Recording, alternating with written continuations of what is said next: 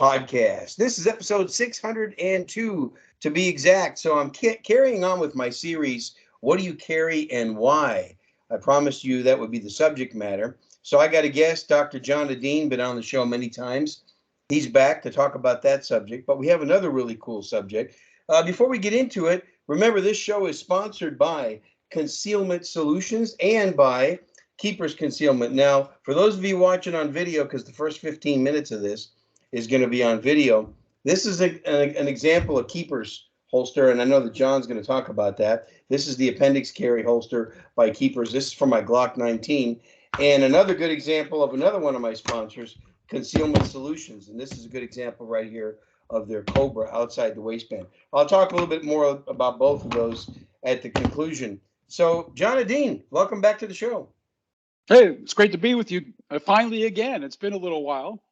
It's been a while. I think you've been on this show now 6 or 7 times. I always get real good feedback. You and Ben Branham have been on this show a couple of times.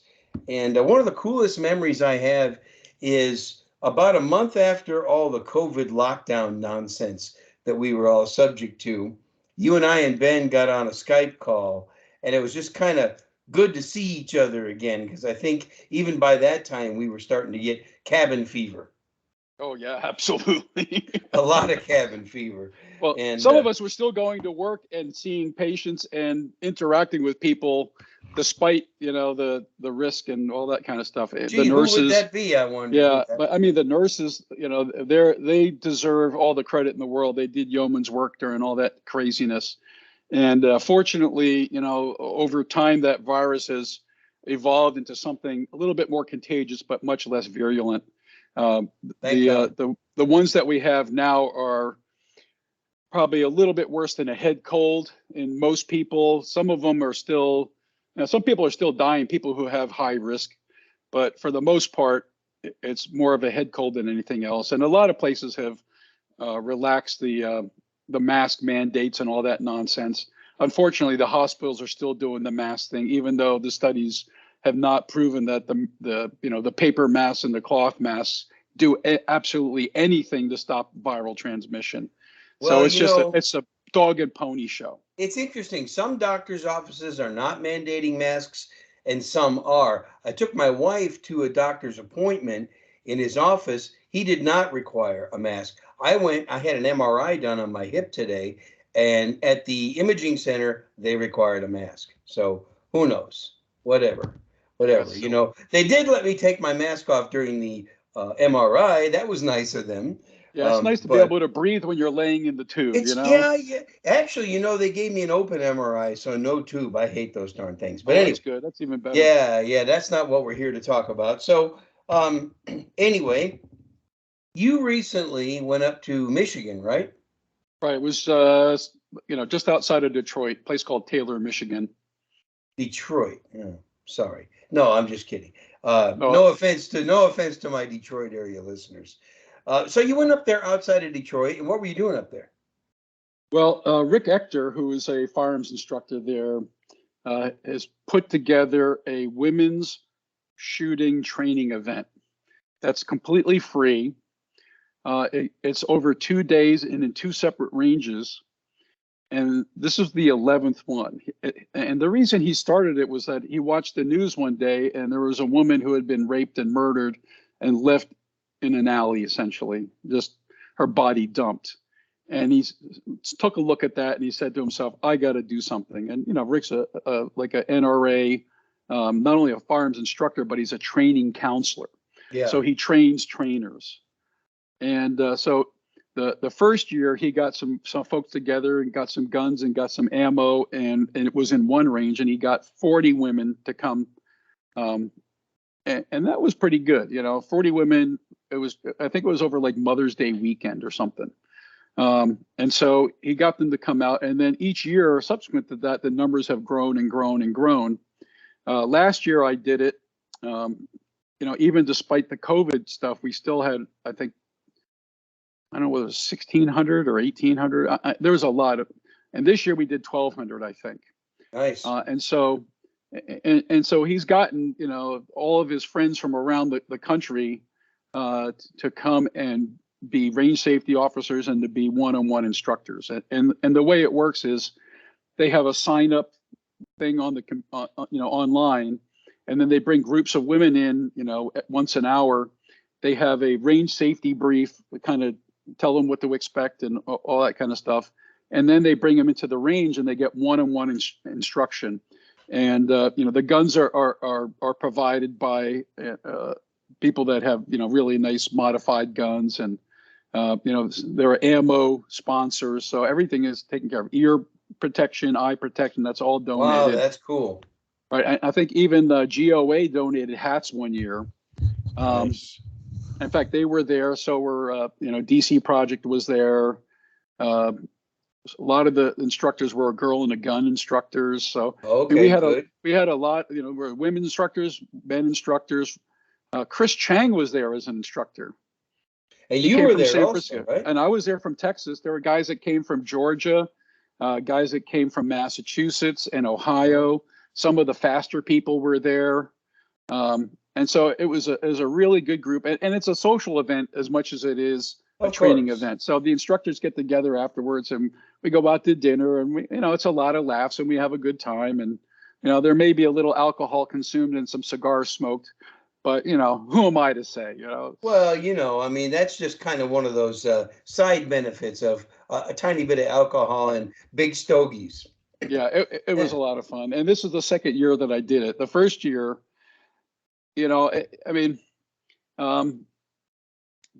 Paul Lathrop, this was his first year. And, and he talks about when you go to Gun Rights Policy Conference, you get recharged for, Second Amendment stuff.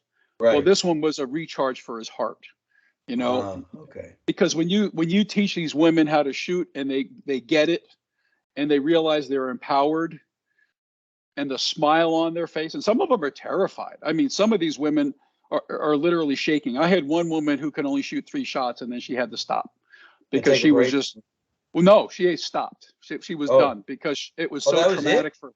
Yes. Three shots? Oh, wow. Yeah, right. And so, and some of the other instructors have had similar experiences in years past. And some of those people came back the next year and were able successfully to complete their, basically they get 20 rounds and we do, 1 round at a time, maybe the first few. We teach them how to clear a gun, how to load it, how to load the magazine, how to rack the slide, and then how to, line up the sights and, trigger press and follow through and all that kind of good stuff that we do. And we put the target at about 10 feet. So we try to breed success because we want people to be able to hit the target, see where they're going, and be able to do the basic things that they need to know how to do, so that, and then encourage them to get follow-up training with some of the local instructors. And so it's a really, really rewarding experience. I think I taught about 15 women over the weekend. And there's, I mean, there are about 40 instructors at least, maybe 50. John, that's awesome. That is really cool. And I heard you had an interesting student. Yes, I had a very nice lady whose name was Tudor. Her name is Tudor Dixon. I found out later, who was this was right before the primary for the governor's race, and she was running for governor on the Republican side. And Governor of Michigan. Governor of Michigan. And in fact, she won her primary. So now she's facing Governor Whitmer. Governor Whitmer. Oh, no, I'm sorry. I shouldn't have said that. Yeah. Governor Whitmer in the general election for governor. So, and she was, very, very, she was a good shot. Let's put it that way. She was a good student. In fact, after the first 10, I just said, we're going to load it. We loaded up 10. I said, okay, now we're going to work on speed and cadence. But she pretty much shot the center of her target out. She didn't have too many. I mean, she might have had one that was, an inch low on one shot, but that was about it. And actually, if you go to her Facebook page, you can actually see a video that she put out with me teaching her, and also Tudor Dixon. Yeah, Tudor Dixon. Tudor Dixon. Let's encourage and let's pray for a win for her, so Michigan can have a gun-friendly governor again. Right, and then another interesting student, which was one of my Sunday students. After we finished, she said to me, she says, John, you know that I was shot 2 weeks ago. Ooh. I said, really? Where were you shot? And she points to her right side of her chest. And I said, wow, you're lucky to be alive, first of all, but when you were shooting, was it painful? She goes, a little bit painful. I said, well, was it worth coming here? She says, absolutely it was. And when I told Rick Ector about her story, he was basically like, this is why I'm doing this event, because these Makes women it all worthwhile. are being victimized, and we need to teach them how to defend themselves with a firearm. And so, again, it's that kind of stuff that makes it worthwhile spending money out of pocket and to go, spend hotel and to spend a weekend. It was just, it's absolutely worth it, and I'll do it again. Oh, And yeah. anybody Yeah. who's done it before Yeah. realizes that it's an awesome, awesome thing. I've had similar feelings in some of the classes that I've taught together with Ben that you've been in and you've helped us teach and things like that. And even back in the days when I was doing some classes with teaching for Gabe Suarez, just, some of the growth that you see in students, and they say things to you at the end of the class like, I'm, so glad I came here. I can't believe that this kind of knowledge even exists. That's what's rewarding. Right. And a lot of the students, especially a lot of the women, are already subject to physical and Yeah. mental abuse by either their spouses or partners, or, they've been, sexually assaulted. And, there's a lot of horrible things that people have been through. And so this gives them a way to kind of empower themselves, that they can feel safer, especially if they do serious training and get a lot of confidence and are able to carry and to be able to defend themselves. And Well, you and God I both bless you, know, John. I'm glad you did that. That's awesome. you and I both know that not every person who pulls a gun has to shoot it. In fact, most of the time, all it takes is a presence of a firearm, and the people who are trying to victimize you realize they failed the selection process of picking a victim, as Masada Ayub would say. failed the victim selection selection process. Isn't that the way he puts it? That's what he says. That's They exactly failed right. that test. Yeah. Well, that's awesome, John. I think that's fantastic that you did that, and thanks for the report on that. Um, so so now I'd like to get into a little bit of the new series I've started here. The What do you carry and why? Last week I was talking about Glock 43X that I've been carrying a lot lately. I'll start off by saying probably my most carried gun, however, that I happen to own is my P365. I do carry that more than anything that I carry. But how about you? Yeah, I have two guns that I carry. My 365 XL with the Romeo Zero red dot. When Ben and I ride bikes, I carry in a belly band. It's a crossbreed belly band with the molded holster, and so it holds it to your body pretty nicely, and it's concealed underneath a bicycle jersey. I've crashed a few times, and the gun stays put, so that's good. Don't Yes, crash. when you ride a bike, you do crash. I No know. matter how good you think you are, if you watch pro bicycle races, the professionals crash. Well, So, and that's the same thing. Motorcyclists crash too. yeah, They, so that's everybody. Yes, yeah, when you ride two wheels, you're going to crash that's right. There's two types of bicycle riders: those who have crashed and those who will crash. soon. Yeah, will Yeah, crash. sooner or later, anyway. Yes. So Yes. anyway, so that's the one gun that I carry, and then when I'm wearing pants with a belt, I'll carry my SIG 229 Legion SAO with a Romeo 1 Pro red dot. And Bob has shot that gun, and he'll That tell you is a fantastic he gun. has gun envy. I could tell you that right now. And I use Yeah. a keeper's concealment holster, just like you showed earlier on today. Yeah. Carry it in the appendix Oh, position. you use the keeper's Right. appendix carry holster. Right. Yep. Yeah. And it's a fantastic holster. It is. It hides it well. I use a belt that has universal um, adjustments, so that, because that's one of the things that Spencer talks about. You need to get the belt nice and tight so it holds up against your body. I also Infinitely adjustable. right, and I also wear a sleeveless compression shirt underneath whatever shirt I'm wearing, and that helps push with the little bit of fat that I still have left. I've lost 50 pounds in the last year and a half from riding a bike and dieting. So Unbelievable. Unbelievable. and I'm down about probably 6 inches on my pants. Ooh, I've had to nice. buy new belts. Let's put it that way, because my belts were way too big. They were wrapping Uh, around, and I couldn't put my horizontal mag holder on my belt because the free end of the belt was in the way. that's a So good problem to have, John. Good problem right, to have. and By the so way, I just want to stop people real quick. If you want a Keepers holster, when you go to keepersconcealment.com, Handgun World's your coupon code for a discount. Okay, had to throw that in there to keep Spencer happy. right, and also sometimes if I decide I want to carry a smaller gun, like say I'm just going to supermarket or something like that, I may carry the 365 XL, and I have a uh, what do you call Concealment Solutions appendix holster. In fact, I had him do a custom one that covers the red dot, but if I carry my just regular 365, I have another one that he made for me. So he's got an appendix holster as well that He works really does. nicely. He's Yeah, got a very good one. yeah.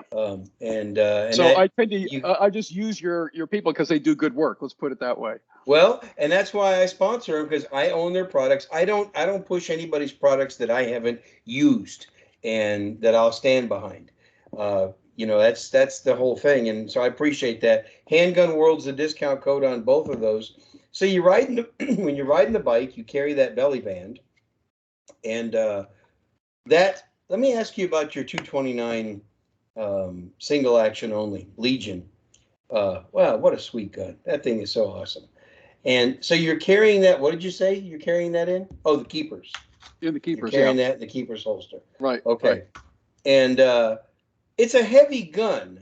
How do you find the weight It's to do not for you? an issue. I'm a big guy.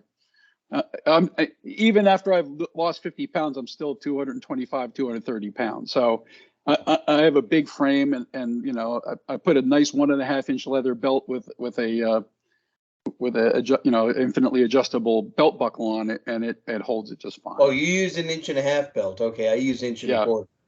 yeah. I use an 1.5 inch belt, and I just run it right through that part of the holster, and it holds it tight, and it holds it up against your body. So the weight itself doesn't really bother me too much. I carry usually one extra magazine in the horizontal mag holder, and then I just drape a shirt over the top of it. And you've seen me, at the competitions that we do, the AASA competitions. I just pull that out, and I'm able to do those mag changes without too much difficulty. Oh yeah, yeah. So the name of the series is "What Do You Carry and Why?" So you told us what you carry. Why do you carry those? Well, as far as the 365 XL, the first reason I carry is eyeballs. I'm starting to get to the point where I have a hard time seeing the front sight. Yeah. I can shoot a gun with a fixed regular sights, but I'm much better with the red dot, and especially at distance. I can shoot that red dot 50 yards, 60 yards, man-sized target. You've seen it at the end of the classes where we go out to 50, 60 yards, and I can make hits pretty consistently, either Yeah. with the XL or with the 229. If I What use the optic do 22, you have on your XL? the E365 Romeo XL. Zero, And Romeo Zero, what do you have on the 229 Legion? Romeo One Pro. Okay.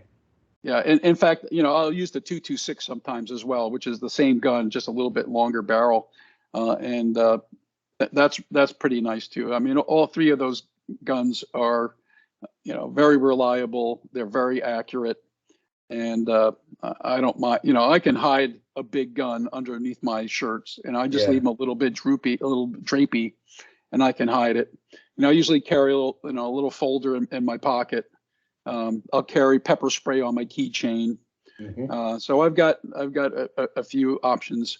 I also, like in my cargo pants or in my scrub pockets, I'll carry a tourniquet and quick clot gauze. So it's, and then in my doctor bag, I carry a trauma kit too. I carry a little blowout kit that's got a tourniquet and some gauze and, you know, whatever. Yeah. So I carry, you know, I carry stuff that for the most part, in fact, I can. Yeah, while you're doing that, I'm going to grab something to show folks that I carry also. And I'm glad that you're talking about the non-firearm objects that you carry, because it is important to carry other things than guns. Well, here's Go my ahead. pepper spray on my Okay. keychain. All right, that's All right. cool. Here's my tourniquet.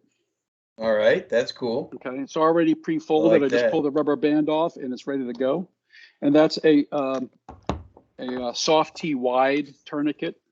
And then I also carry a couple of these in my pocket. Okay, quick clot, rolled gauze. Quick clot gauze.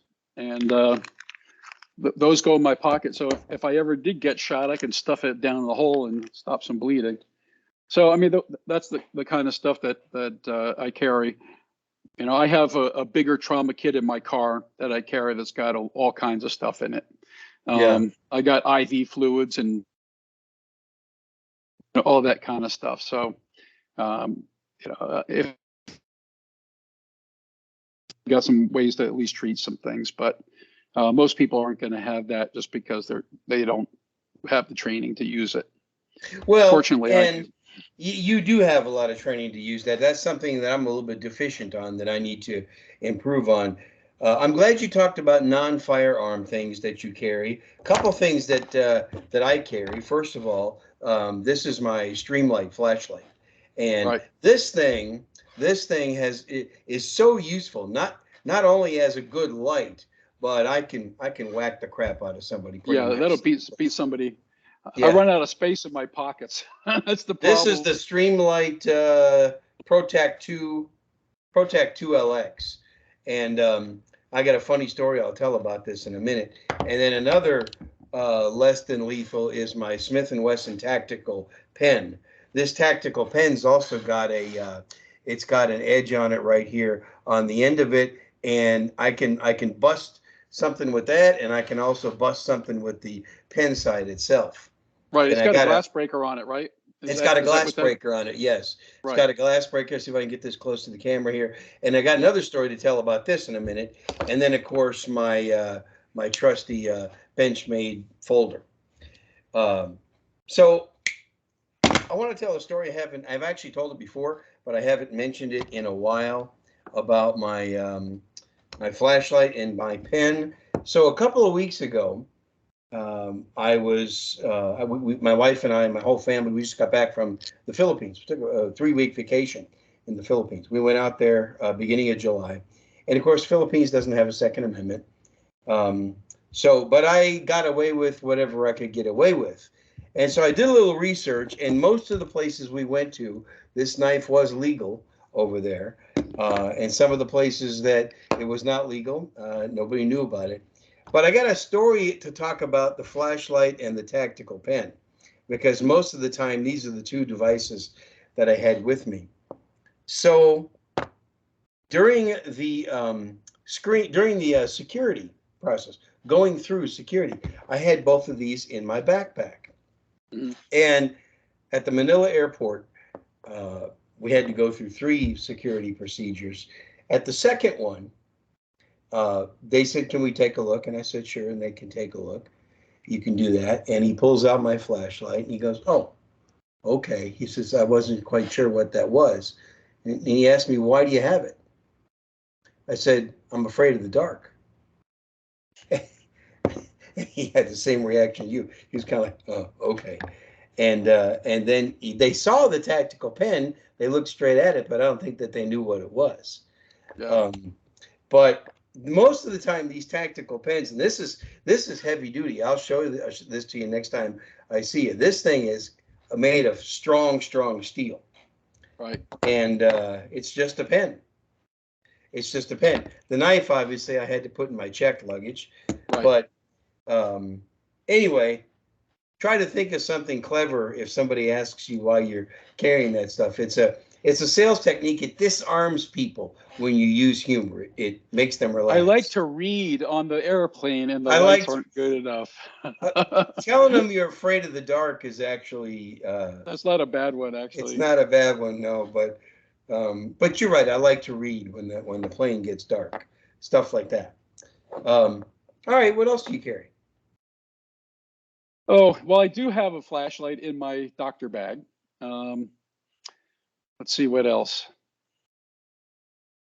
That's about it. Sometimes I'll actually put on an ankle uh, carrier that has a tourniquet and gauze and um, like a clothes knife, the hook, the clothes hook, Yep. um, Yep. with chest seal even. Um, Again, it became very difficult to carry that. It's just so bulky that it just doesn't fit underneath most clothes. And if I'm doing surgery, I don't want to have blood dripping down off the table onto my Now you very know. nice ankle holder. So I stopped wearing that. It just got to be too much of a pain in the backside. So I've gone Yeah. pretty minimalist at this point.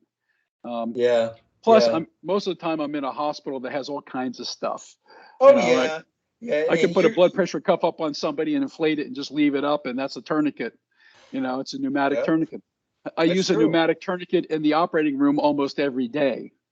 Um, and so, that's not a hard thing for me to find it, something to, pinch off the blood supply and, stop the bleeding that way.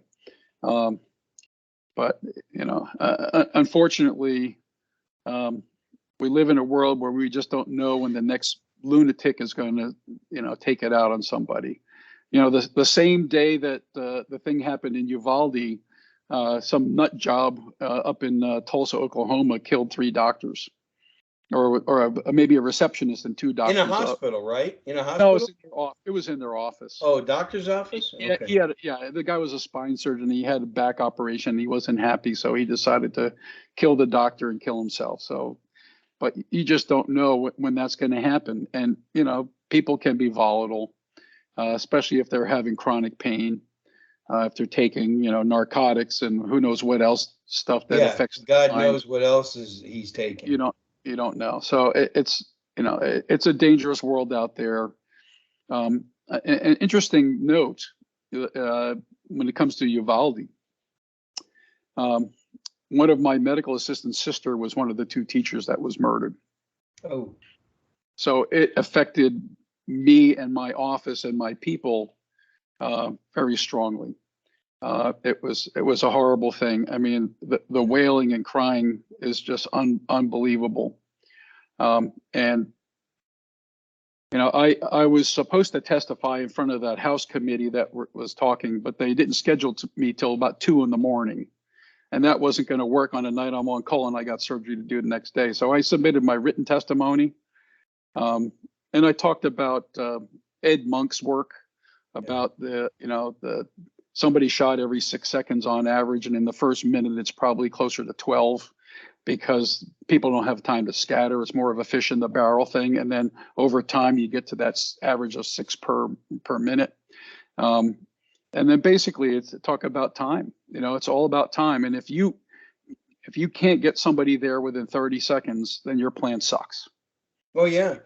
You don't And plan. If your plan relies on calling somebody to come help you, your plan is not is you're going to guarantee double-digit murders and maybe up to 30.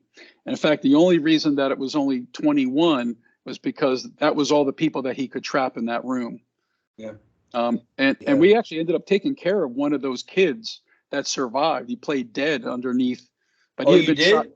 Oh yeah, he had been shot through the shoulder. One of my colleagues took care of him. One of my trauma surgery general surgeon colleagues took care of him that night. I was fixing a broken elbow that night, and I had to wait for him.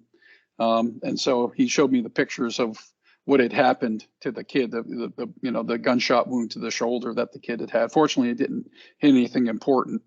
But still, it's a horrible thing, and it's traumatic to the whole community. It's traumatic to Texas. I mean, look at all the stuff all the hullabaloo that happened, and frankly, the lack of response is just It just shows you that you're on your own. Let's put it that way. You Well, cannot count on the police to intervene. You are your own first responder. You have to take your responsibility for your own defense. you can never Period. count on the police. You cannot You can count on never, them. well, you can never count on the police. Now let's shift gears a minute and let's talk about the good situation, if you can call it that, in Indiana at the mall. Right. Where we had a concealed carrier take it into his own hands, and only God knows how many lives he saved. Right. And that guy, what do you think about that? That guy performed awesomely. Unbelievable. 40-yard, 8 out of 10 hits on a target that's shooting at you with a rifle. And he had enough sense to try to get people behind him. Yep. And also there were people running back and forth in between the two of them, and he didn't shoot anybody there too. Unfortunately, the first person he shot was also a concealed carrier, and that guy never had a chance because he got shot when the guy came out of the bathroom. I guess he was going in, and the guy just, as soon as he stepped out, boom, he shot him 3 times and killed him dead.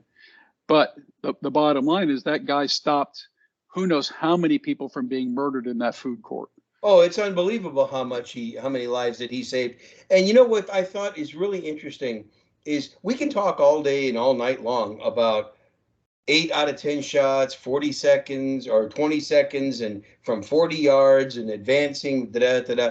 Here's the thing that I think is even more incredible is that he had his gun and he was willing to take action. Absolutely. And he had thought about stuff like this. Yes. It's pretty obvious to me that he had gone over these scenarios in his mind. And when it actually happened, he just executed his plan in his brain and took care of business. I mean, 15 seconds between the first shot and the guy was down. And so you have to understand that guy did some phenomenal work. And his attorney said it was even better than that, but because of the active investigation going on, he didn't comment any details. Yeah, he didn't want to comment. But when this is all said and done, I think we're going to find out that this guy really performed well above what you would expect from somebody who was taught by his grandfather how to shoot. This guy must have been doing something right. Well, and he had his concealed carry permit since he turned 21. He was 22, so he had been carrying for a year. Well, now there's something I'll say about that. Being 22 helps with good eyesight and good reflexes and good agility and everything else. That helps. I mean, that's why I carry a red dot because, and that's one of the reasons why I'm going towards the bigger gun. Yeah, is because if I have to make that 40-yard shot, it's probably a little easier with the 229 or a 226 than it is with the 365.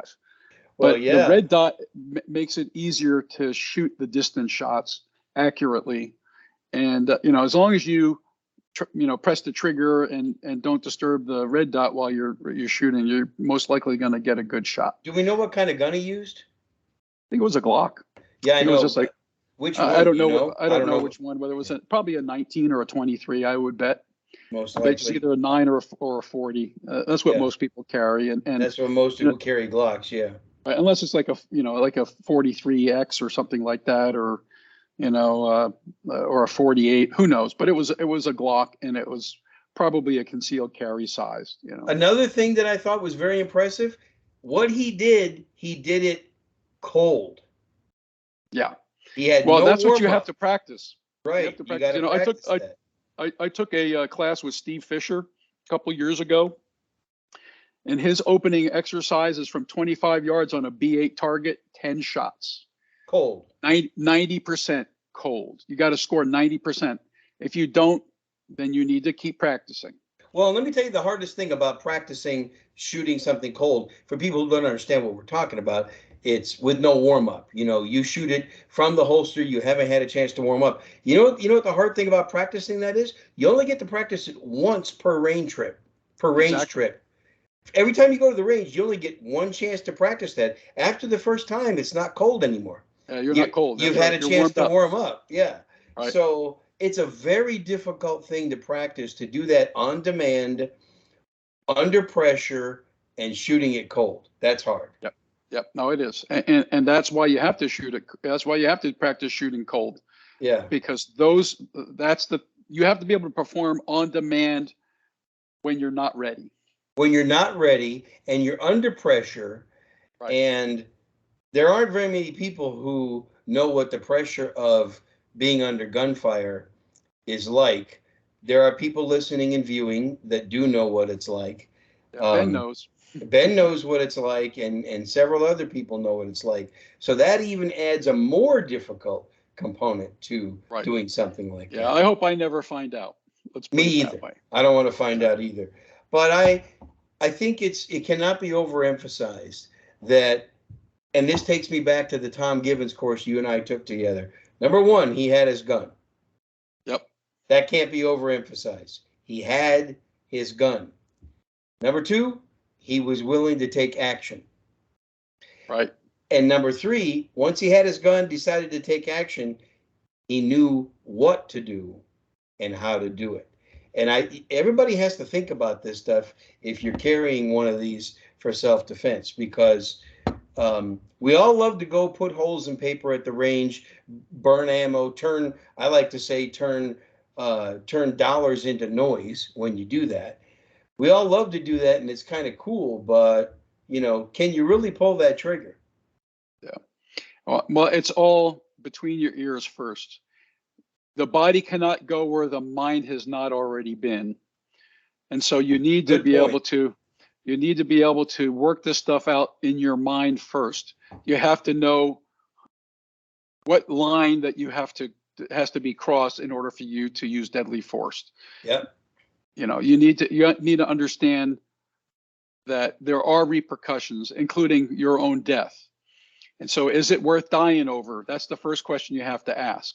If it's not worth dying over, keep the gun in your holster and get leave to a the place area, where get out of there. Yeah, get to a place where you're safe, and maybe, watch or whatever, be a good witness, but don't put yourself in harm's way if you're, if it's not worth it. Somebody's stealing something, take your phone No. out and record it and call the cops and have them, get their butt in over there. But when they bring a rifle into a food court at a mall, That's or they're that's shooting, that's a clue.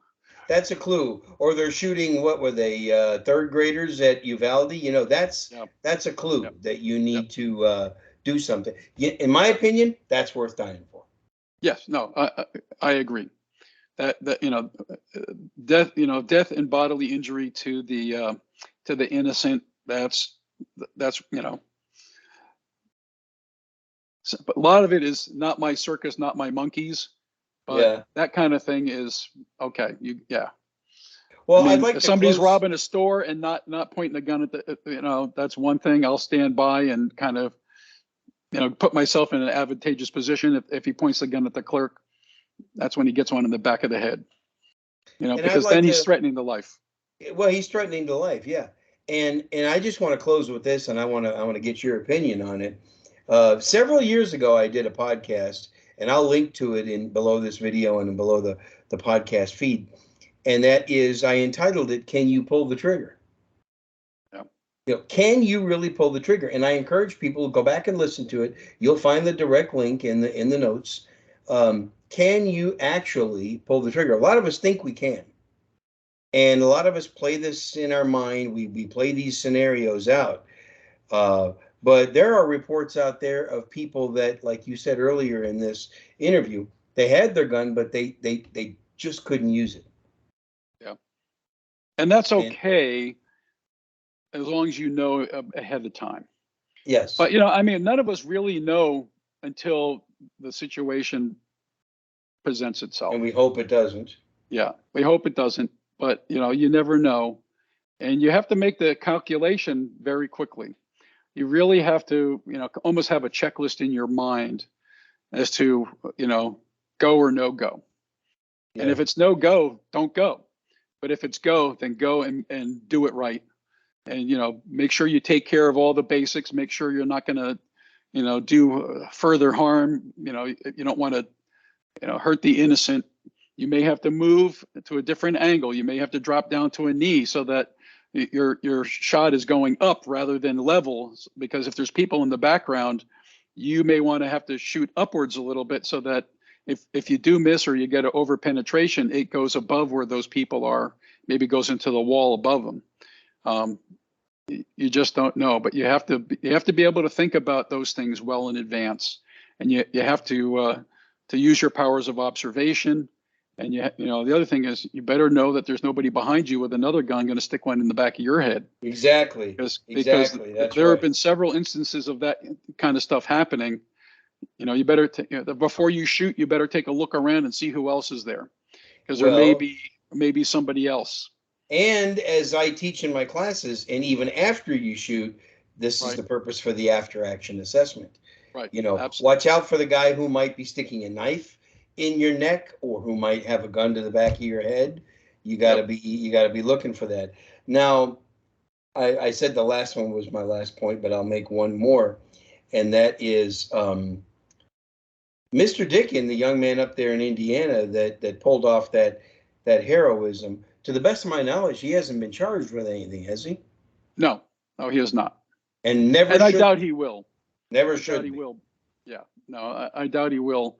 The thing is that until there's been whatever formal no bill or basically a letter from the district attorney that there's not going to be seeking any charges, you have to assume that they're going to go after you until. That's why you get a good attorney, and he got a really good attorney to look after him. So, speaking of getting real good attorneys, I got to put this in there. Armed Citizens Legal Defense Network, CCW Safe. There's many of them. Get signed up for one of those good programs so that you got legal defense. Yeah, don't get naked because it's bad. It's bad. You don't want to do this on your own, and it's expensive. Right. And most people cannot afford. Again, ask Paul Lathrop. Paul Lathrop ended up to his neck in this, a false accusation out on the middle of the road in was it Nebraska? Nebraska. And he ended up spending a lot of money to get himself vindicated. Yep. Speaking about our brother Paul, it was on my show where he broke the news publicly and gave details for the first time. You can go back, and I'll try to find that link when I post this too. And you should listen to that because that's an example of what can happen. Right. And just because you're the good guy doesn't necessarily mean that things are going to turn out well, and that the prosecutors and the cops, they may not see your good guy sign on your shirt. All they see is a guy with a gun. So, make sure that you put yourself in a good tactical position when you're done shooting. Do not pick up the rifle. A guy was shot by the cops doing that very thing. If you have to secure the gun, put a garbage can over it, stand on it, do what you got to do, but do not pick it up.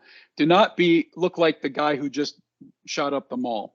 Okay? No, don't look like that. And if you use your handgun to defend yourself or anybody else, do not stand around pointing that gun at other people who are in the area. That's going to be on videotape. There's going to be eyewitnesses of it. And when the police show up, they're going to think you're the bad guy. Right. And either holster it or put it in a stool position or just look like a professional firearms handler. Don't look like some jackwagon who's pointing the gun in all directions. It's crazy. You do not want to be that guy. And if somebody's watching or listening and you don't know what John and I are talking about right now, send me an email. I'll be happy to teach you about it or refer you to a real good instructor that can teach you about that as well. And there are good instructors all over the country. All over, everywhere. John, thank you. I appreciate it. Any last words you want to leave with everybody? I just want to talk about DRGO for a minute. I'm the membership director for Doctors for Responsible Gun Ownership, drgo.us. We also have a matching service, which is free, and that's called 2adoc.com. You can find us at drgo.us. We have lots of very good informative articles there. Also, we're on Facebook and Twitter and all those other places. There's a lot of interesting stuff that gets put up on Facebook, and you're welcome to comment. Just keep it clean and don't be abusive. But every once in a while, you might even see an article by me. You might see that, yes. drgo.us. U.S. John Edeen, thanks very much for coming on. I appreciate everything. My pleasure. Thank you. All right, have a good one. And folks, as we sign off, I just want to let you know that John donated his time, and it's a we all time is a limited asset that we have. We can't manufacture more time, and we can't go back and redo things in time. So I thank you very much. So My in pleasure. order to assist me to keep getting more guests like John on here, please support my show, support my sponsors, support me on Patreon. Ben Branham and I have a Shooters Club, of which John is a supporter and everything. And so we would appreciate your help on that. Like this channel and subscribe to this, subscribe to the podcast if you haven't already. And above all, shoot straight, shoot safe, and read your Bible every day.